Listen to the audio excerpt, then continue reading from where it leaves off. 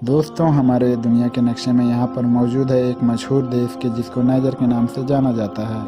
Africa में मौजूद ये देश दरअसल एक मुस्लिम देश है, क्योंकि इस देश के 98% से भी ज़्यादा आबादी इस्लाम को फॉलो करती है। मगर पिछले 2-3 दिन से इस दुनिया में इस देश की खूब चर्चाएं हो रही है। इंटरनेशनल पॉलिटिक्स में भी इस देश ने अचानक भूचाल मचा दिया है, और इन तमाम चीज़ों की वजह है इस देश में होने वाला तख्ता पलट। हाँ दोस्तों, इस देश में तख्ता पलट हो चुका है, और तख्ता पलट होने के बाद जिस तरह से इस देश से तस्वीरें और वीडियो निकल कर आ रहे हैं, वो न सिर्फ हैरान कर देने वाली है बल्कि डरा देने वाली भी है। मगर दोस्तों, इस तमाम चीज़ों से हटकर सबसे ज़्यादा दिलचस्प बात यह है कि यहाँ हुकूमत के तख्ता पलट होने से खुद ये देश या इस आसपास के देश भी इतने ज़्यादा परेशान नहीं है कि जितना यूरोप में मौजूद फ्रांस या फिर 7 समंदर पार मौजूद अमेरिका है। जब से इस देश में तख्ता पलट हुआ है, तब से न सिर्फ अमेरिका परेशान नज़र आ रहा है, बल्कि उसने लगातार इस देश पर नज़र बनाकर रखी है। मगर दोस्तों, अब सवाल ये है कि इस देश में आखिर तख्ता पलट हुआ क्यों है, किसने किया है, कैसे किया है। साथ ही साथ सवाल यह है कि आखिर इस तख्ता पलट का पूरी दुनिया के पॉलिटिक्स पर, और स्पेशली अफ्रीका और पूरी दुनिया के पॉलिटिक्स पर और मुस्लिम देशों पर क्या असर पड़ेगा। तो चलिए इन सवालों की जवाब जानने की कोशिश करते हैं, और ये भी जानेंगे कि अमेरिका और फ्रांस जैसे देशों को इस तख्ता पलट से क्यों परेशानी हो रही है। दोस्तों, मैं आप सबकी गलतफहमी दूर करता चलूँ कि मैं नाइजीरिया की नहीं, नाइजर की बात कर रहा हूँ। ये दोनों अलग अलग कंट्री हैं, मगर ज़मीनी लिहाज से एक दूसरे से मिली हुई हैं, यानी एक दूसरे के पड़ोसी हैं और आपस में बॉर्डर शेयर करते हैं। साथ में ये भी जानते चलें कि नाइजर एक लैंडलॉक कंट्री है, यानी ये एक ऐसा देश है कि जो चारों तरफ से ज़मीन से घिरा हुआ है। उसका कोई भी बॉर्डर समंदर से मिला हुआ नहीं है। एक इंटरेस्टिंग फैक्ट ये है कि किसी दौर में अमेरिका और ब्रिटेन सद्दाम हुसैन से परेशान होकर जब ईरान पर हमला करने का प्लान बना रहे थे, तो उस दौर में सद्दाम हुसैन पर ये इल्ज़ाम लगाया गया था कि वो अफ्रीका के एक देश से लगातार यूरेनियम खरीद रहा है ताकि इराक में परमाणु बम बना सके। आपको यह बताता चलूँ कि जिस अफ्रीकन देश के बारे में यह बात किया जा रहा था, वो कोई और देश नहीं बल्कि यह एक देश नाइजर ही था। नाइजर की आबादी आज 2.5 करोड़ है, जिसमें 98% से ज़्यादा इस्लाम को फॉलो करते हैं। बाकी के बचे हुए लोगों में ईसाई और दूसरे धर्म के लोग हैं। वैसे तो फौजी बगावत, या दूसरे लफ्ज़ों में कहें तो ये कहिए कि फ़ौज की तरफ से हुकूमत का तख्ता पलट न तो नाइजर में कोई नई बात है और ना ही अफ्रीका के दूसरे इलाकों में। अफ्रीका में ये चीज़ तो होती रहती है, और ख़ासकर दूसरे इलाकों में, वो पूरी बेल्ट के जिसको साहिल कहा जाता है, इस इलाके में जितने भी देश आते हैं वो मानो सारे के सारे इस फौजी बगावत के चपेट में आते रहते हैं। अगर बात करें इतिहास के बारे में, तो नाइजर उन देशों में एक है कि जहां पर इस्लाम शुरुआती दौर में, यानी शुरू के दौर में से ही पहुंच गया था। उसके बाद इस देश में सल्तनतें और हुकूमतें बदलती रहीं, और आखिर में जिस दौर में हम लोग अंग्रेज़ों के गुलाम थे, यानी कि जिस दौर में हमारा पूरा भारत ब्रिटिश के अंडर में आया करता था, उस दौर में नाइजर का यह इलाका फ्रांस की कॉलोनी बन गया था, यानी कि फ्रांसीसी लोग ही यहाँ पर हुकूमत किया करते थे। आखिरकार 1960 में इन लोगों को फ्रांसीसी लोगों से आज़ादी मिल गई थी।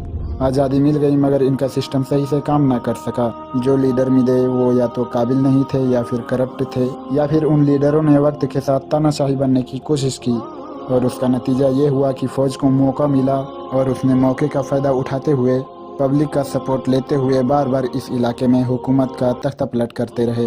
पहला तख्ता पलट सन 1974 में हुआ, और फिर लगातार यहाँ पर 1991 तक सेना का ही राज रहा।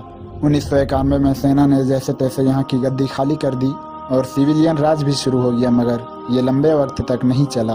और एक बार फिर 1996 में सेना का राज शुरू हुआ, और इस बार सेना ने जो तख्ता पलट किया ये 3 साल चला, और 1999 में एक बार फिर से सिविलियन राज आया। मगर ये सरकार भी सिर्फ 2010 तक ही चल सकी। मगर एक बार फिर यहाँ के फ़ौज ने, यहाँ के पॉलिटिकल सिस्टम ने इंटरफेयर किया। मगर एक बार फिर सन 2011 में यहाँ इलेक्शन करवा दिए गए। उसके बाद लगातार सब कुछ ठीक ठाक चल रहा था, मगर 5-6 दिन पहले ही, यानी 26 जुलाई 2023 के दिन यहाँ पर एक बार फिर से फ़ौज ने तख्ता पलट कर दिया। 26 जुलाई के दिन अचानक से देखते ही देखते नाइजर में सब कुछ बदल गया। यहाँ के फ़ौज ने तख्ता पलट करते हुए सबसे पहले यहाँ के बड़े लीडर, यानी कि प्रेसिडेंट वगैरह को अरेस्ट किया, और मंत्रियों को अरेस्ट किया, और उसके बाद सारी सरकारी संस्थानों को कब्जा कर लिया। देश के सारे बॉर्डर, या वो ज़मीनी हो या फिर हवाई, सब बंद कर दिए गए हैं। या ना तो कोई बाहर जा सकता है, या ना कोई अंदर आ सकता है। साथ ही साथ यहाँ की फ़ौज की तरफ से ये वार्निंग दी गई है कि बाहरी ताकतें हम अंदरूनी मामले में दखल देने की कोशिश न करें। एक्सपर्ट्स मानते हैं कि ये जो वार्निंग दी गई है ये दरअसल अमेरिका और फ्रांस की तरफ इशारा करते हुए दी गई है। वजह यह है कि नाइजर में जो इलेक्टेड गवर्नमेंट थी वो अमेरिका के फेवर में रहने वाली गवर्नमेंट थी।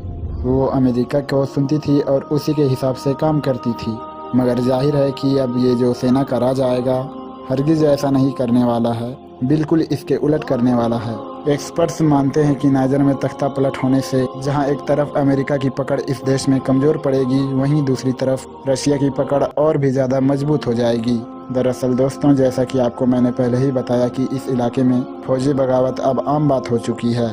पिछले कुछ सालों के अंदर ही अगर आप देखोगे तो एक के बाद एक आसपास के बहुत ही देशों में फौजी बगावतें हो चुकी हैं और बहुत ही इलाकों में अभी भी सेना ही राज कर रही है।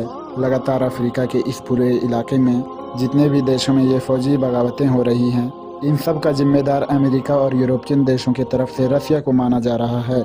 यूरोप और अमेरिका का हमेशा से ही मानना है कि इस इलाके में जानबूझकर रशिया फौजी बगावतें करवाता है, क्योंकि इन इलाकों में इलेक्टेड गवर्नमेंट गिरने के बाद जो फौजी बगावतें होती हैं, जो सेनाओं का राज शुरू होता है, वो डायरेक्टली या इनडायरेक्टली रशिया को सपोर्ट करता है और रशिया को ही सुनता है। हालांकि दोस्तों, वेस्टर्न कंट्री के इस दावे में काफ़ी हद तक सच्चाई भी है, क्योंकि इसका बड़ा सबूत अभी नाइजर में होने वाले तख्ता पलट देखने को मिला था।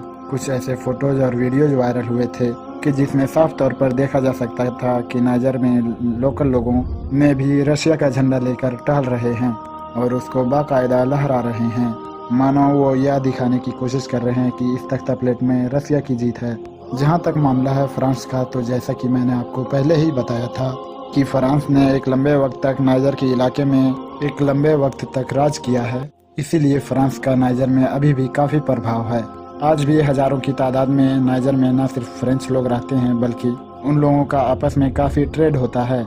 इसके अलावा फ्रांस समेत यूरोपियन यूनियन के और भी जितने ऐसे देश हैं, वो अपने यहाँ घुसने वाले इलीगल लोगों से परेशान रहते हैं।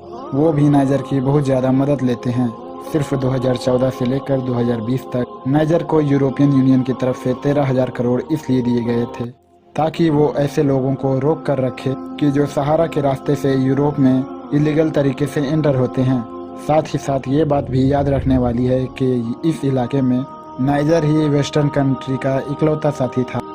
यही वजह थी कि जैसा कि हमने आपको पहले ही बता रखा है कि जब इस देश के आसपास के इलाकों में फौजी बगावतें शुरू हुई और सेना का राज हुआ, तो फ्रांस समेत बाहर की दूसरी फौजों को उन देशों से निकल जाने का ऑर्डर दिया।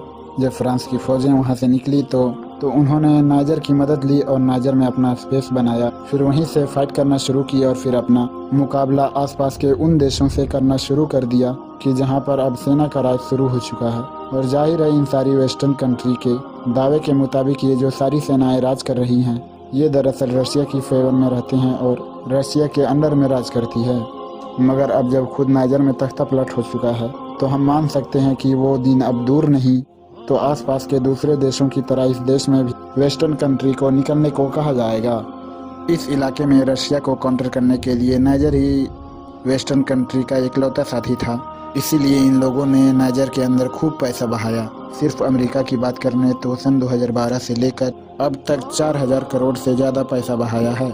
मगर जाहिर है 26 जुलाई के बाद अब वेस्टर्न कंट्री को अपना ये सारा पैसा और अपनी ये सारी मेहनत बर्बाद होती हुई नज़र आ रही है। इसीलिए एक्सपर्ट्स मान रहे हैं कि अब अमेरिका, फ्रांस और इसी तरह के सभी वेस्टर्न कंट्री के पास बहुत कम टाइम बचा है और हो सकता है कि वो बहुत जल्द ही कोई बड़ा एक्शन लें। संग प्रतिबंध तो लगाए जाएंगे, मगर हो सकता है इस बार अमेरिका और भी ज़्यादा आगे बढ़ जाए। वजह साफ है, क्योंकि नुकसान न सिर्फ बड़े लेवल का हो रहा है, बल्कि जियोपॉलिटिक्स में भी एक बड़ा चेंज हो रहा है और कहीं ना कहीं रशिया इस मामले में बढ़त लेता हुआ दिखाई देता है। फिलहाल दोस्तों, आज की इस वीडियो को हम यहीं पर ख़त्म करते हैं। वीडियो अगर पसंद आई हो तो चैनल को सब्सक्राइब कर दें और अपने दोस्तों तक भी शेयर करें।